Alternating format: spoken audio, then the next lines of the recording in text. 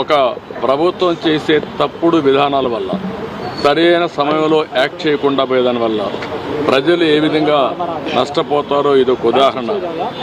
ఆంధ్రప్రదేశ్ రాష్ట్రంలో ఏ ప్రోగ్రామ్ సరిగా జరగలేదు.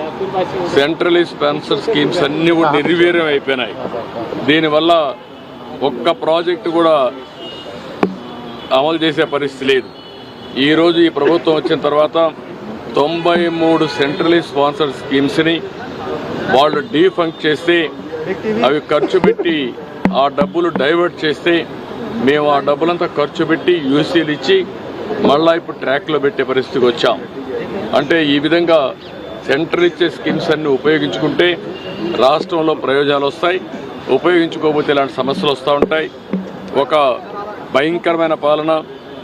అదే మాదిరిగా ఆ రోజు చేతగాని పరిపాలన వల్ల చాలా సమస్యలు వచ్చాయి.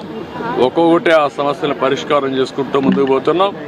అందులో ప్రధాన సమస్య జల్ జీవన్ మిషన్ కూడా. దీనివల్ల ప్రతి ఒక్క ఇంటికి ట్యాప్ ద్వారా సస్టైనబుల్ వాటర్ వచ్చే విధానానికి స్వస్తి పలికారు. దెబ్బతీసే పరిస్థితికి వచ్చారు. ఇప్పుడు మళ్ళా కేంద్రంతో 27,000 కోట్లే కాకుండా నెక్స్ట్ ఫేజ్లో మళ్ళీ 54,000 కోట్లు కావాలి. ప్రతి ఒక్క ఇంటికి నీళ్లు ఇవ్వాలంటే ట్యాప్ ద్వారా. దాన్ని కూడా వర్కౌట్ చేయాల్సిన అవసరం ఉంది. ఏ విధంగా వర్కౌట్ చేయాలో in course of time workout చేస్తారు. YSRCP leader has been arrested and the anticipatory bail of his has been denied.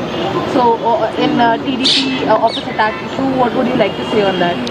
No, I don't want to comment anything. Law will take its own course of action. Anybody will commit mistake. There is no politics here. Only law will take its own course of action.